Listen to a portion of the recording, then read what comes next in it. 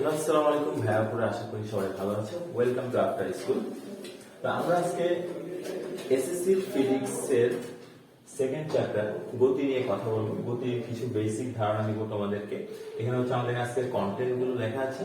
তো আমাদের গতির অধ্যায়টা হচ্ছে আমরা কয়েকটা ভাগে ভাগ করে রাখবো। আজকে হচ্ছে আমাদের পার্ট 1। পার্ট 1 এ হচ্ছে আমরা স্থিতি গতি, বিভিন্ন প্রকার গতি, স্কেলার রাশি, ভেক্টর রাশি, দূরত্ব, সরণ, দ্রুতি, বেগ, ত্বরণ, মন্দন, এই কয়েকটা জিনিস নিয়ে হচ্ছে আমরা আলোচনা করব। তারপর ক্রমান্বয়ে আমরা গতির বিভিন্ন সমীকরণ, গতির গ্রাফ, গতির সৃজনশীল কি টাইপের কোশ্চেন আসতে পারে সেগুলো নিয়ে আমরা পার্ট বাই পার্ট ভিডিও করব।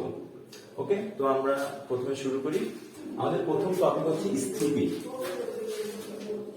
স্থিতি তো স্থিতি জিনিসটা কি? স্থিতি জিনিসটা জানতে হলে আমাদের একটা জিনিস জানতে হবে, সেই জিনিসটা হচ্ছে কি আমাদের স্থির বস্তু। সময়ের সাপেক্ষে যখন কোনো বস্তুর অবস্থানের পরিবর্তন ঘটে না, তখন সেই বস্তুটাকে বলা হয় হচ্ছে স্থির বস্তু। আমার কাছে একটা ডাস্টার আছে, এই ডাস্টার সময়ের সাপেক্ষে যদি আমি এখানে ধরি, সময় কিন্তু আমাদের কন্টিনিউয়াসলি চলতেছে, পার হচ্ছে, কিন্তু সময়ের সাপেক্ষে কিন্তু আমাদের এই ডাস্টারটার অবস্থানের কোনো পরিবর্তন হয়নি। তখন আমি এই বস্তুটাকে বলতে পারবো কি একটা স্থির বস্তু। আর এই যে ডাস্টারটার অবস্থানের পরিবর্তন ঘটলো না, এই ঘটনাটাই হচ্ছে আমার স্থিতি। তো স্থির বস্তু কি? সময়ের সাপেক্ষে যদি কোনো বস্তুর অবস্থানের পরিবর্তন না ঘটে, তখন সেই বস্তুটাকে বলা হয় হচ্ছে স্থির বস্তু। আর এই যে অবস্থানের পরিবর্তন ঘটলো না, এই ঘটনাটাকে বলা হয় হচ্ছে স্থিতি। ওকে, আমাদের স্থিতি শেষ। তারপরে যে টপিকটা নিয়ে আমরা আলোচনা করব সেটা হচ্ছে গতি। স্থিতি আর গতি হচ্ছে একটা আরেকটার বিপরীত। আমরা এখন দেখুন সময় সাপেক্ষে স্থিতিতে কোনো অবস্থানের পরিবর্তন ঘটেনি, একটা বস্তু স্থির বস্তু ছিল। তো গতির ক্ষেত্রে হচ্ছে কি সময় সাপেক্ষে যদি কোনো বস্তুর অবস্থানের পরিবর্তন ঘটে, এই যে রাস্তাটা আমি এখানে বললাম সময়ের সাপেক্ষে রাস্তাটার অবস্থানের একটা পরিবর্তন ঘটছে, তো এই রাস্তাটাকে তখন বলা হবে হচ্ছে একটা গতিশীল বস্তু। আর এই যে গতিশীল বস্তু, এই যে গতির একটা এই যে একটা অবস্থানের পরিবর্তন ঘটলো সময়ের সাপেক্ষে, এই ঘটনাটাকে বলা হয় হচ্ছে গতি। তো আমাদের স্থিতি আর গতি এই জিনিসটা হচ্ছে কিছু জিনিসের উপর অনেক সময় ডিপেন্ড করে। সেই জিনিসটাকে আমরা বলতে পারি হচ্ছে প্রসঙ্গ কাঠামো। প্রসঙ্গ কাঠামো। এখন প্রসঙ্গ কাঠামো জিনিসটা কি? প্রসঙ্গ কাঠামো জিনিসটা হচ্ছে যার সাপেক্ষে কোন একটা দৃঢ় বস্তু, যার সাপেক্ষে কোন বস্তুর অবস্থান নির্ণয় করা হয়, তাকে হচ্ছে প্রসঙ্গ কাঠামো বলা হয়। যেমন এই বোর্ডের সাপেক্ষে আমার অবস্থান, বা আমার সাপেক্ষে হচ্ছে বোর্ডের অবস্থান, যার সাপেক্ষে তুলনা করা হবে। আমার সাপেক্ষে যদি কারো অবস্থান তুলনা করা হয়, তাহলে আমি অবশ্যই প্রসঙ্গ কাঠামো, বা আমাকে একটা নির্দিষ্ট বা স্থির বিন্দু ধরে যখন কোনো কিছুর অবস্থান নির্ণয় করা হবে, তখন আমাকে বলা হয় হচ্ছে প্রসঙ্গ বিন্দু। তো এই প্রসঙ্গ কাঠামো বা প্রসঙ্গ বিন্দুর উপর ডিপেন্ড করে হচ্ছে আমাদের একটা বস্তুর অবস্থান, বা হচ্ছে একটা বস্তু স্থিতিশীল নাকি গতিশীল, সেখানে স্থিতি বজায় করছে নাকি গতি বজায় করছে, সেটা হচ্ছে আমরা বের করতে পারি। যেমন একটা ট্রেনে সামনাসামনি দুইটা সিটে যদি দুইটা বন্ধু বসে থাকে, ট্রেন যদি গতিশীল হয় না, ট্রেন গতিশীল কোনো সমস্যা নেই, কিন্তু একটা বন্ধুর সাপেক্ষে কিন্তু আরেকটা বন্ধু স্থির, কারণ তাদের কিন্তু কোনো অবস্থায় পরিবর্তন ঘটছে না। এখানে আমার প্রসঙ্গ বিন্দু, যদি একজন বন্ধুকে যদি আমি প্রসঙ্গ কাঠামো বা প্রসঙ্গ বিন্দু ধরি, আরেকজন বন্ধু কিন্তু তার সাপেক্ষে স্থির আছে, তো আমরা সেই ঘটনাটাকে বলতে পারবো হচ্ছে স্থিতি। ঠিক সেম ভাবে দুইটা ট্রেন যদি পাশাপাশি চলতে থাকে, সেক্ষেত্রে একটা ট্রেনের মানুষ কিন্তু জানা যায় আরেকটা ট্রেনের মানুষকে অবশ্যই সে স্থির দেখবে, কারণ সে পাশাপাশি চলছে। এখন আমার সাপেক্ষে যদি কোনো কিছু স্থির হয়, আরেকজনের সাপেক্ষে সেই জিনিসটা আবার গতিশীল হতে পারে। আমি যদি এখন এখান থেকে আমার একটা ফ্রেন্ডকে নিয়ে হাঁটা শুরু করি, একদম পায়ে পায়ে কদমে কদম মিলিয়ে যদি হাঁটি, তো সেই ক্ষেত্রে আমার সাপেক্ষে আমার ফ্রেন্ডের অবস্থান হবে স্থির, ঘটনাটা হবে স্থিতি। কিন্তু আমার কোনো একটা ফ্রেন্ড যদি আশেপাশে বসে থাকে, তার সাপেক্ষে কিন্তু আমরা দুইজনই হব গতিশীল। তাহলে এই স্থিতি কিংবা গতিশীল সম্পূর্ণ জিনিসটাই নির্ভর করে হচ্ছে আমরা কার সাপেক্ষে তাকে তুলনা করছি, প্রসঙ্গ কাঠামোর উপর সম্পূর্ণই নির্ভর করে।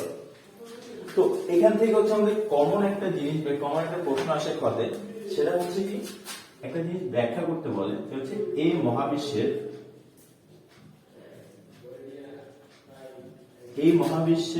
সকল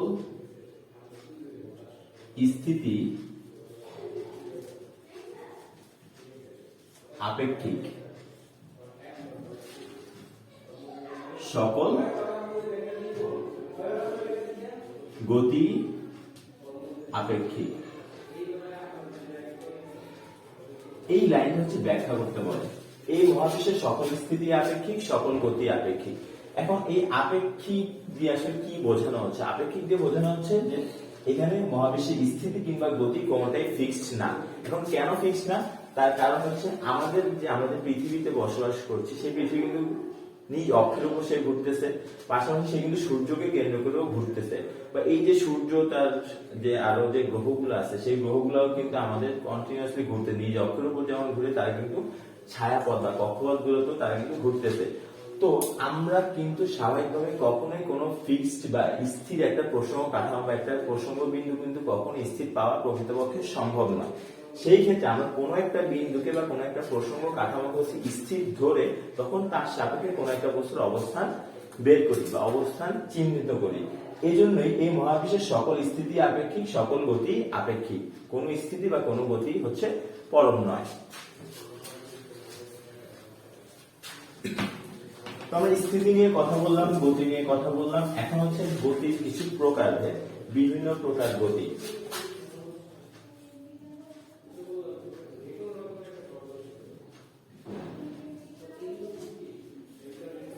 বিভিন্ন প্রকার গতি।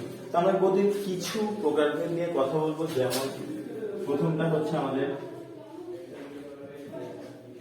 সরলরৈখিক গতি। সরলরৈখিক গতি আমরা কাদেরকে বলবো? যে কোনো গতিশীল বস্তু যদি সরল রেখা বরাবর চলে, অর্থাৎ কোনো গতি যদি সরলরৈখিক হয় তাহলে সেটাই হচ্ছে সরলরৈখিক গতি। যেমন আমি যদি একটা সোজা রাস্তায় হাঁটতে থাকি, তো আমার গতিটা হবে সরলরৈখিক গতি। তারপর ঘূর্ণন গতি।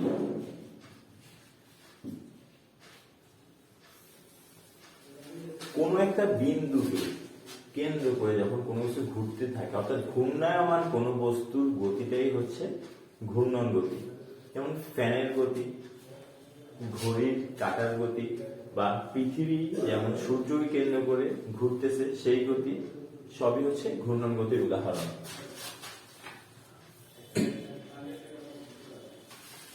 আমরা সরলরৈখিক গতি দেখলাম, ঘূর্ণন গতি দেখলাম। তারপরটা হচ্ছে চলন গতি।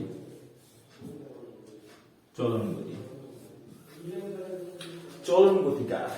কোন বস্তু যদি এমন ভাবে চলতে থাকে যে সময়ের সাথে সাথে তার সকল কণা একই সাথে একই দিকে চলে, তখন সেই গতিকে হচ্ছে চলন গতি বলা হয়। অর্থাৎ এই যে ডাস্টারটা, এইটা হাজার হাজার কণা দ্বারা তৈরি, এই ডাস্টারের সময়ের সাপেক্ষে কিন্তু একই দিকে চলছে, তার সকল কণা কিন্তু একই সময় একই দূরত্ব অতিক্রম করছে, একই দিকে চলছে। তো এই এটার গতিটাকে আমি বলতে পারবো তখন চলন গতি। কিন্তু এই রাস্তাটা যদি আমি এভাবে ঘুরাতে ঘুরাতে নিয়ে যাই এই প্রান্ত থেকে ওই প্রান্তে, সেই ক্ষেত্রে কিন্তু তার ডিরেকশন বা সকল কণা কিন্তু একই সময় একই দিকে চলে না বা একই দূরত্ব অতিক্রম করে না। সেই ক্ষেত্রে আমরা তাকে চলন গতি বলতে পারবো না। তো আমরা হচ্ছে গতির প্রকার ভেতর হচ্ছে আর দুইটা জিনিস দেখবো, সে হচ্ছে একটা হচ্ছে পর্যায়বৃত্ত গতি, আর একটা হচ্ছে স্পন্দন গতি। তো পর্যায়বৃত্ত গতি বা স্পন্দন গতি আমরা একটু দেখি নেই।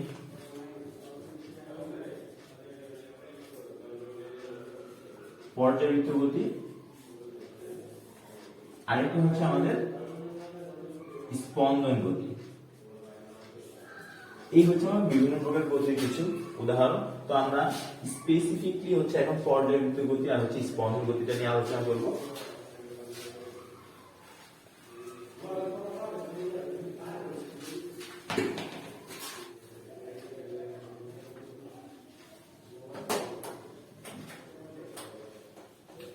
পর্যায়বৃত্ত গতি।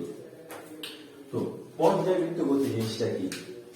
কোন গতিশীল বস্তু কণার গতি যদি এমন হয় যে এটি একটি নির্দিষ্ট বিন্দুকে একটি নির্দিষ্ট সময় পর পর একটি নির্দিষ্ট দিক দিয়ে পর পর অতিক্রম করতে থাকে, তখন তার গতিকে হচ্ছে পর্যায়বৃত্ত গতি বলা হয়। এখন পর্যায়বৃত্ত গতিটার ক্ষেত্রে হচ্ছে আমার তিনটা জিনিস মাথায় রাখতে হবে। এক নম্বর হচ্ছে কি, আমার একটি নির্দিষ্ট বিন্দু, দুই নম্বর হচ্ছে একটি নির্দিষ্ট সময়, তিন নম্বর হচ্ছে একটি নির্দিষ্ট দিক। অর্থাৎ কোনো গতিশীল বস্তু কণার গতি যদি এমন হয় যে সেটি একটি নির্দিষ্ট বিন্দুকে একটি নির্দিষ্ট সময় পর পর একটি নির্দিষ্ট দিক দিয়ে অতিক্রম করে, তখন তার গতিকে হচ্ছে আমরা পর্যায়বৃত্ত গতি বলতে পারবো। এখন পর্যায়বৃত্ত গতির উদাহরণটা কি হতে পারে? যেমন ঘড়ির কাঁটার গতি। ঘড়িতে সেকেন্ডের কাঁটা যদি আমরা একটা নির্দিষ্ট বিন্দু, ঘড়িতে তো আমরা জানি যে 1 থেকে 12 পর্যন্ত দাগ কাটা থাকে নরমালি, তো 12কে যদি হচ্ছে আমি একটা নির্দিষ্ট বিন্দু ধরি, তো এই সেকেন্ডের কাঁটাটা 12 থেকে আবার ঘুরে ঠিক 12তে আসতে 60 সেকেন্ড সময় লাগে। আবার যখন সে ঘুরে আবার 12তে আসবে তখন কিন্তু আবার 60 সেকেন্ড সময় লাগবে। তো ওই 12টা হচ্ছে আমার একটা নির্দিষ্ট বিন্দু, এই যে 60 সেকেন্ড পর সে আবার 12তে আসতেছে, এটা হচ্ছে আমার সেই নির্দিষ্ট সময়। আর একটা নির্দিষ্ট দিক দিয়ে আমরা জানি ঘড়ির কাঁটাগুলো সবসময় হচ্ছে বাম থেকে ডান দিকে ক্রমান্বয়ে ঘুরতে থাকে, তো সেটা হচ্ছে আমার একটা নির্দিষ্ট দিক। এছাড়া হচ্ছে আমরা আরেকটা উদাহরণ দিতে পারি, পৃথিবী সূর্যকে কেন্দ্র করে ঘুরছে, তো পৃথিবী সূর্যকে কেন্দ্র করে ঠিক একবার ঘুরতে তার সময় লাগে 365 দিন 5 ঘন্টা 48 মিনিট 47 সেকেন্ড। সে কিন্তু ঠিক আবার 365 দিন 5 ঘন্টা 48 মিনিট 47 সেকেন্ড পর আরেকবার সূর্যকে কেন্দ্র করে একবার ঘূর্ণন সম্পন্ন করবে। তো এইভাবে হচ্ছে যে একটা নির্দিষ্ট বিন্দু, একটা নির্দিষ্ট সময়, একটা নির্দিষ্ট দিক যখন থাকবে কোনো একটা গতিশীল বস্তুর মধ্যে, তখনই আমরা তাকে বলতে পারবো পর্যায়বৃত্ত গতি। তো এই পর্যায়বৃত্ত গতিটা হচ্ছে সরলরৈখিক হতে পারে, বৃত্তাকার হতে পারে, কিংবা উপবৃত্তাকারও হতে পারে। এই জিনিসটা অনেক সময় আমাদের এমসিকিউতে আসে। তো পর্যায়বৃত্ত গতির পরে আমরা যে জিনিসটা দেখব সেটা হচ্ছে স্পন্দন গতি।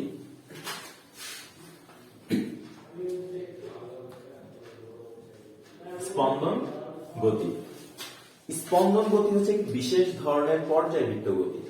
এই কোশ্চেনটা কিন্তু আমাদের অনেক সময় আসে ক্ষতে, স্পন্দন গতি বিশেষ ধরনের পর্যায়বৃত্ত গতি দেখাও। তার আগে হচ্ছে আমি স্পন্দন গতি জিনিসটা কি সেটা একটু দেখি। স্পন্দন গতি হচ্ছে এক ধরনের পর্যায়বৃত্ত গতি, সেটা তো বললামই। তো স্পন্দন গতি কাকে বলে?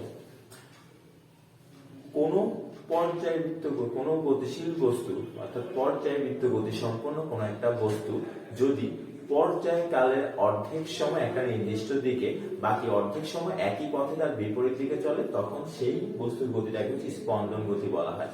পর্যায়কাল তাহলে জিনিসটা কি? পর্যায়কাল হচ্ছে একটা পূর্ণ ঘূর্ণন সম্পন্ন করতে কোনো বস্তুর যে সময় লাগে, একটি পূর্ণ ঘূর্ণন সম্পন্ন করতে কোনো বস্তুর যে সময় লাগে, সেই সময়টাকে হচ্ছে আমরা পর্যায়কাল বলতেছি। অর্থাৎ আমরা এই জিনিসটা অন্যভাবে বলতে পারি, একটা পূর্ণ পর্যায় সম্পন্ন করতে কোনো বস্তুর যে সময় লাগে তাকে হচ্ছে পর্যায়কাল বলা যায়। একটু আগে যেমন আমি ঘড়িতে উদাহরণটা দিলাম, সেখানে 60 সেকেন্ড পর পর ওই সেকেন্ডের কাঁটা 12তে আসতেছিল, এখানে 60 সেকেন্ড বা 60 সেকেন্ডটা হচ্ছে আমার সেই পর্যায়কাল।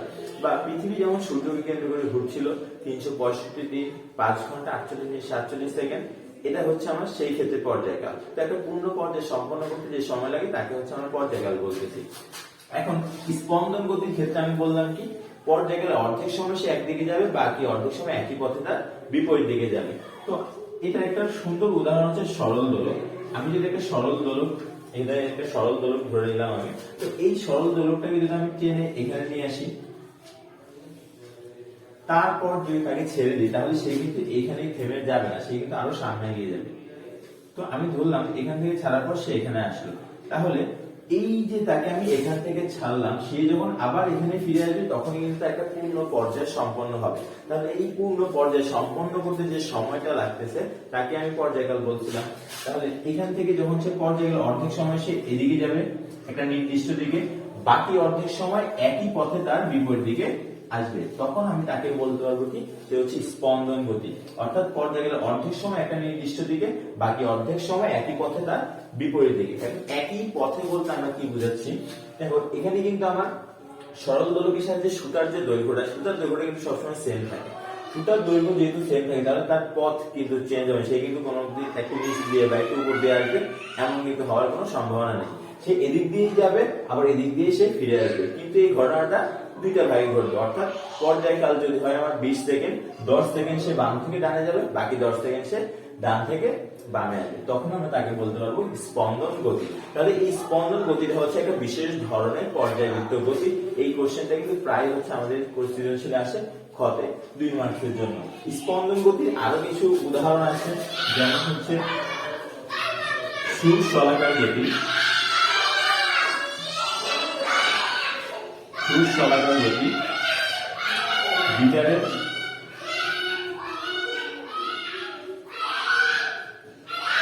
তারের গতি, ক্রুশ চলাকার গতি, গিটারের তারের গতি, এগুলো হচ্ছে আমাদের স্পন্দন গতির উদাহরণ। আশা করি সবাই হচ্ছে বুঝতে পারছো। তো আমরা কি শেষ করলাম? স্থিতি শেষ করলাম, গতি শেষ করলাম, বিভিন্ন প্রকার গতি শেষ করলাম। এখন আমাদের পরে যে টপিক সেটা হচ্ছে স্কেলার রাশি, ভেক্টর রাশি। স্কেলার রাশি, ভেক্টর রাশি জানার আগে আমাকে জানতে হবে রাশি জিনিসটা কি। এই জগতে, ভৌত জগতে যা কিছু পরিমাপ করা যায় তার সবকিছু হচ্ছে রাশি। এখন মান এবং দিকের উপর নির্ভর করে রাশি হচ্ছে দুই ভাগে ভাগ করা হয়েছে, একটা হচ্ছে স্কেলার রাশি আর একটা হচ্ছে আমাদের ভেক্টর রাশি। তো আমরা যদি প্রথমে দেখি স্কেলার রাশি কারা। স্কেলার রাশি, স্কেলার রাশি কারা? যে সকল বস্তু শুধুমাত্র মান আছে, কোনো দিক নেই। তো আমরা কিভাবে মনে রাখবো এই জিনিসটা? স্কেলার রাশি হচ্ছে যাদের শুধুমাত্র মান আছে কিন্তু কোনো দিক নেই, তারা হচ্ছে স্কেলার রাশি। যেমন দৈর্ঘ্য, ভর, সময়, তড়িৎ প্রবাহ, দীপন তীব্রতা, এদের শুধুমাত্র মান আছে, এদের কোনো দিক নেই। কাজ, শক্তি সবই হচ্ছে স্কেলার রাশি।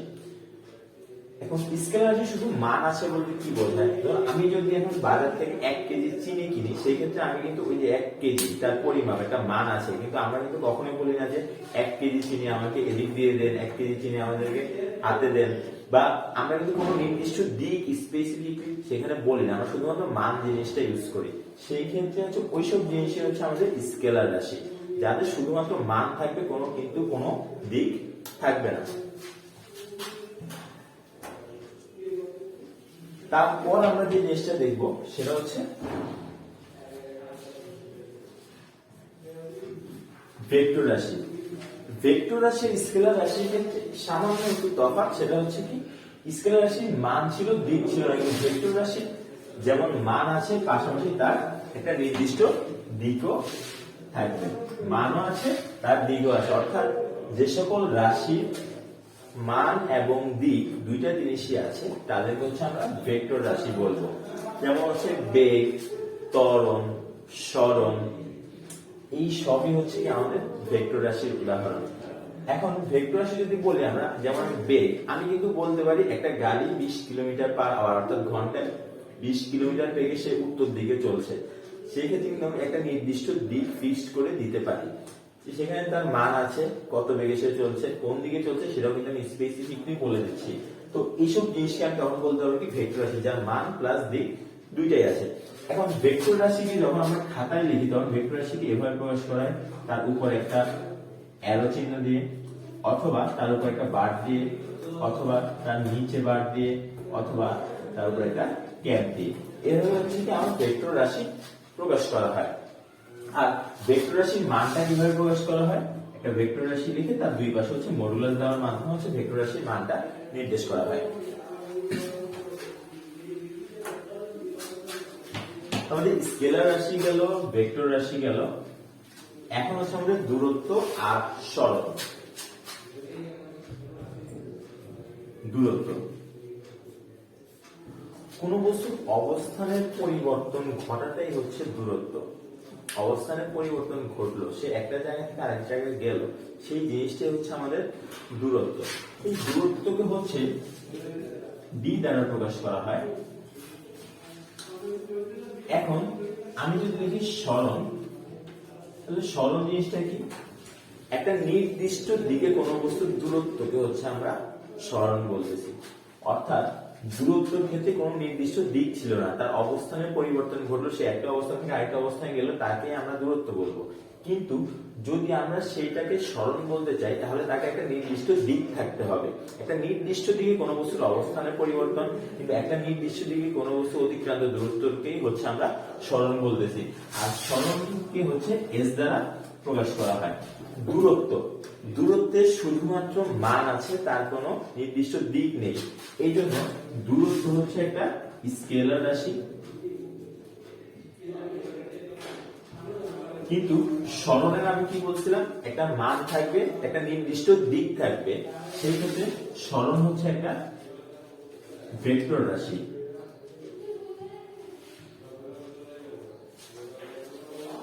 তো সরণ হচ্ছে একটা ভেক্টর রাশি, এটার মধ্যে অনেক সময় এভাবে অ্যারো চিহ্ন দিয়ে দেখানো হয় যে একটা ভেক্টর রাশি। তো দূরত্ব হচ্ছে স্কেলার রাশি, সরণ হচ্ছে ভেক্টর রাশি। দূরত্বের একক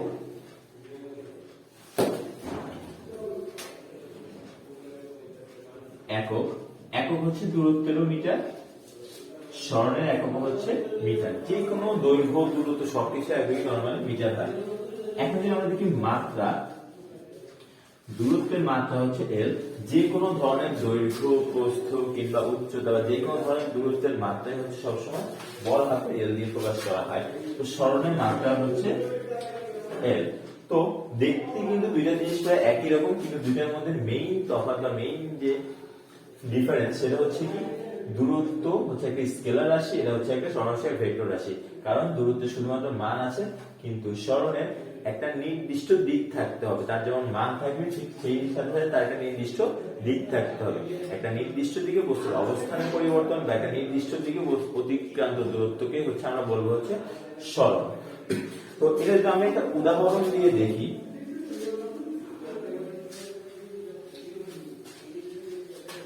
ধরলাম আমি এই যে এই অবস্থানে কেউ একজন দাঁড়িয়ে আছে। তো সে হচ্ছে এই বি অবস্থানে যেতে চায়। এখন সে যদি এভাবে আঁকা বাঁকা রাস্তা দিয়ে এখানে আসতে পারে, তাহলে এই যে সে এ থেকে এভাবে একটা রাস্তা দেওয়া আছে, যে এই রাস্তা দিয়ে বিতে গেল, এটা হচ্ছে তার দূরত্ব। একে কিন্তু আমি সরণ বলতে পারবো না। তাহলে সরণ আমরা কাকে বলবো? আমরা সরণ বলতে পারবো, আমি সরণের ক্ষেত্রে কি বলছিলাম, একটা নির্দিষ্ট দিক থাকতে হবে বা সরাসরি দূরত্ব। সরাসরি দূরত্বটাকে হচ্ছে আমি সরণ বলতেছি। তাহলে এ থেকে বি পর্যন্ত যে সরাসরি দূরত্ব, এই জিনিসটাকে বলা হয় হচ্ছে সরণ। এটা হচ্ছে আমার সরণ, এটা হচ্ছে কি আমার দূরত্ব। এখন সরণকে কি আমরা দূরত্ব বলতে পারবো না? অবশ্যই পারবো। সকল সরণই হচ্ছে দূরত্ব, কিন্তু সকল দূরত্ব সরণ নয়।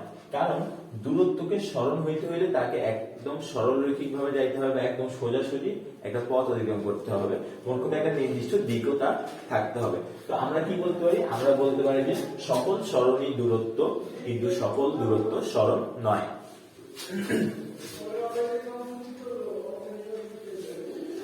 দূরত্ব সরণ আমরা জানলাম। এখন আমরা যে জিনিসটা নিয়ে কথা বলবো সেটা হচ্ছে দ্রুতি আর বেগ।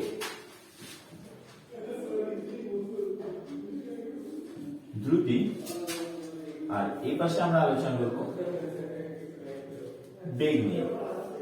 তো দ্রুতিকে হচ্ছে ভি দ্বারা প্রকাশ করা হয়, বেগকেও ভি দ্বারা প্রকাশ করা হয়। দ্রুতি হচ্ছে একটা স্কেলার রাশি, বেগ হচ্ছে একটা ভেক্টর রাশি। এখন দ্রুতি জিনিসটা কি? দ্রুতি হচ্ছে সময়ের সাপেক্ষে কোন বস্তুর অবস্থানের যে পরিবর্তন, তাকে হচ্ছে দ্রুতি বলা হয়। অর্থাৎ দ্রুতি ভি ইকুয়াল টু হচ্ছে দূরত্ব ডিভাইডেড বাই সময়, অর্থাৎ V equal to D by T. দূরত্ব বাই সময়, একক সময় অতিক্রান্ত দূরত্ব বা সময়ের সাপেক্ষে যে অতিক্রান্ত দূরত্ব বা অবস্থানের পরিবর্তন, তাকে হচ্ছে বলা হয় দ্রুতি। কিন্তু বেগ জিনিসটা কি? বেগ হচ্ছে সরণ বাই সময়, অর্থাৎ S by T. V equal two হচ্ছে এস ডিভাইডেড বাই টি। সময়ের সাপেক্ষে যে বস্তু সরণ, সেটাই হচ্ছে আমার বেগ। যেহেতু সরণ হচ্ছে একটা ভেক্টর রাশি, তো আমার বেগ হচ্ছে কি ভেক্টর রাশি। তা আমরা যখন সূত্র লিখবো তখন আমাদের চিহ্ন দেওয়ার কোনো দরকার নেই, কিন্তু আমরা জানতে হবে এখানে সরণ যেহেতু একটা ভেক্টর রাশি, তো আমাদের বেগটা হচ্ছে একটা ভেক্টর রাশি। দূরত্ব যেহেতু একটা স্কেলার রাশি, সেহেতু আমার দ্রুতি হচ্ছে একটা স্কেলার রাশি। তো আমরা এই জিনিসটা লিখে দিই, স্কেলার রাশি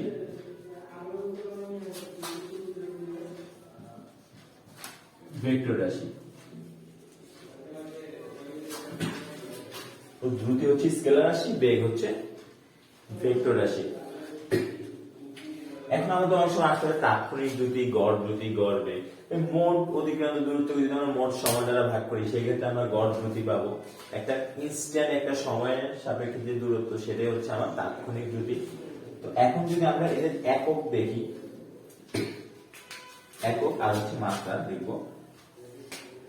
তো দ্রুতির যে একক সেটা কি হবে? দ্রুতির একক হচ্ছে মিটার পার সেকেন্ড। কারণ হচ্ছে এই যে আমার ডি দূরত্বের একক হচ্ছে মিটার, সময়ের একক হচ্ছে সেকেন্ড। এই সেকেন্ডটা যখন উপরে চলে যায় তখন হচ্ছে মিটার পার সেকেন্ড অথবা মিটার সেকেন্ড ইনভার্স 1। বেগের যে একক সেটাও হচ্ছে আমার মিটার সেকেন্ড ইনভার্স 1। কারণ আমরা জানি সরণের যে একক, সরণের একক মিটার, সময়ের একক সেকেন্ড, এটাও হচ্ছে মিটার পার সেকেন্ড। এখন যদি আমরা দেখি যে মাত্রা, দূরত্বের মাত্রা আমরা একটু আগে দেখিয়েছি এল, আর সময়ের মাত্রা হচ্ছে বড় হাতের টি। সেই ক্ষেত্রে এখানে মাত্রাটা আসবে এল টি ইনভার্স 1। বেগের ক্ষেত্রে মাত্রাটা আসবে এল টি ইনভার্স 1, কারণ সরণের মাত্রা হচ্ছে বড় হাতের এল আর যে কোনো সময়ের মাত্রা হচ্ছে বড় হাতের টি। টি যখন উপরে যাবে তখন টি ইনভার্স 1। তো আমাদের দ্রুতি আর বেগ এই জিনিসটা নিয়ে আলোচনা করা শেষ মোটামুটি।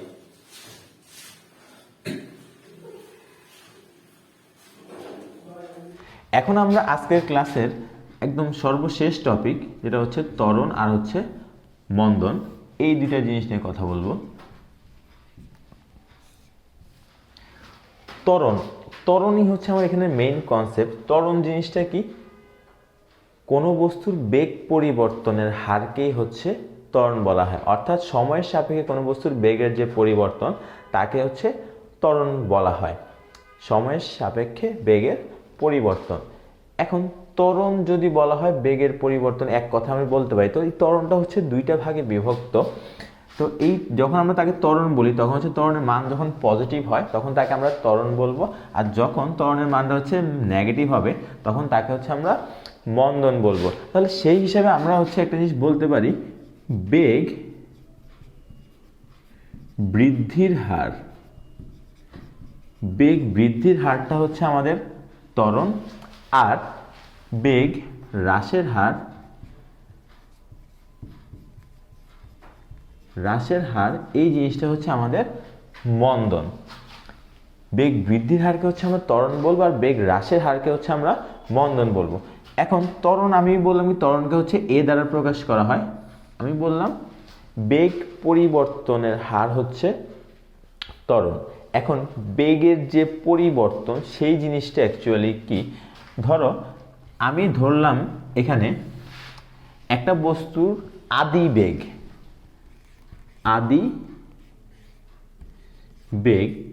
আদি বেগ ইকুয়াল টু হচ্ছে ইউ, আর সেই বস্তুটার শেষ বেগ যদি হয় ভি। আদি বেগ যদি হয় ইউ আর শেষ বেগ যদি হয় ভি, তাহলে এই ক্ষেত্রে বেগের যে পরিবর্তন, বেগের যে পরিবর্তন সেটা হবে ভি মাইনাস ইউ। তাহলে আমি বলছি সময়ের সাপেক্ষে বেগের যে পরিবর্তন ভি মাইনাস ইউ, সময়ের সাপেক্ষে বলেছি ডিভাইড বাই হচ্ছে টি, এটাই হচ্ছে কি আমার ত্বরণ, A equal to V minus U by T. সেই ক্ষেত্রে যখন আমার আদি বেগ হচ্ছে কম থাকে আর শেষ বেগ হচ্ছে বেশি থাকে তখন সেটাকে বলি আমরা বেগ বৃদ্ধির হার, বেগ বৃদ্ধি বলি আর কি, বেগ বৃদ্ধির হার না, অ্যাকচুয়ালি আমরা বেগের বৃদ্ধি বলি। আর সময় সাপেক্ষে যখন বেগের বৃদ্ধি পায় তখনই আমরা তাকে বলি বেগ বৃদ্ধির হার, আর এই বেগ বৃদ্ধির হারটাকেই বলা হয় হচ্ছে ত্বরণ। কিন্তু যদি ভি এর মানটা ইউ এর থেকে কম হয় তখন এখানে এর একটা মাইনাস মান আসবে, ঋণাত্মক মান, সেই তখনই আমরা তাকে বলবো হচ্ছে মন্দন, অর্থাৎ বেগ হ্রাসের হারকে বলবো হচ্ছে আমরা মন্দন। তো এখন যদি আমরা এর একক দেখি, একক, এটার একক কি হবে? ত্বরণ বললাম আমি, বেগ পরিবর্তনের হারকে হচ্ছে আমি ত্বরণ বলেছি। তো উপরে ভি থেকে ইউ বাদ যদি দেই আমরা তাহলে আমাদের এখানে একটা বেগই থাকবে, আর আমরা বেগের একক পড়েছি হচ্ছে মিটার পার সেকেন্ড, বেগের একক হচ্ছে মিটার পার সেকেন্ড আর সময়ের একক হচ্ছে সেকেন্ড। তো এই সেকেন্ডটাও যদি উপরে চলে যায় তখন তার একক হবে মিটার সেকেন্ড ইনভার্স 2। আর এর মাত্রা হবে কি, বেগের মাত্রা তো ছিল হচ্ছে আমার এলটি ইনভার্স 1, আর এই যে সময়ের মাত্রা হচ্ছে বড়হাতের টি, এগুলো হচ্ছে এলটি ইনভার্স 2। তো বেগের একক হচ্ছে ত্বরণের একক হচ্ছে মিটার সেকেন্ড ইনভার্স 2, আর ত্বরণের মাত্রা হচ্ছে এলটি ইনভার্স 2। তো আজকে এতটুকু ছিল আমাদের ক্লাসে, আশা করি সবাই বুঝতে পেরেছো। ধন্যবাদ, আল্লাহ হাফেজ।